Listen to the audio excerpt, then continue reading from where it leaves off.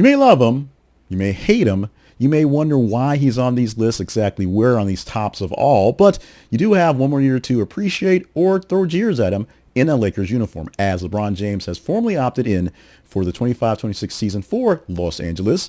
$52.6 million is the option he's in for, and at nearly 41 years old, he'll become the first NBA player to ever suit up for a 23rd season. More history to come. This move sends his on-court earnings to roughly $580 million, closer to the history of that as well. He is currently 1,562 regular season games in with his on his belt, just 50 shy of Robert Parish's record of 1,611. Getting close to that one.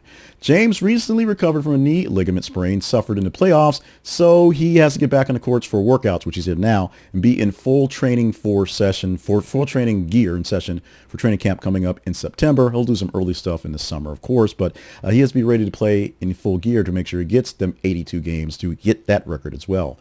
LeBron James's return puts pressure on the Lakers to build a championship-ready team right now. Part of that team came about when they brought in Luka Doncic. His agent, Rich Paul, is saying that James wants a realistic chance of winning it all, which may not mean his son's on the team, but that's a whole other story. But he's signaling the roster moves this summer must reflect the aim to win this season to get it all coming up for this season now. This keeps the generational talent active and raises fan excitement and could pull the Lakers back into contendership status if they can make those moves to get the right players and Bron stays healthy all season long. There are, of course, salary limits to the roster's flexibility. LeBron James is 41 years old, and as a person who's in my 50s and stopped playing ball to any extent of any goodness in my 20s, that's on me.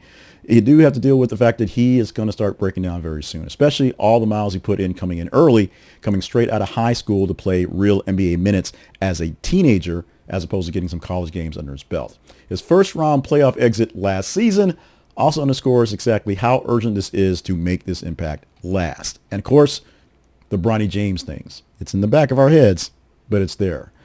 He's going to be relentless. He's going to turn to get all these other records he's set up to knock down this season, including one more championship ring, one more championship trophy, one more MVP if he can.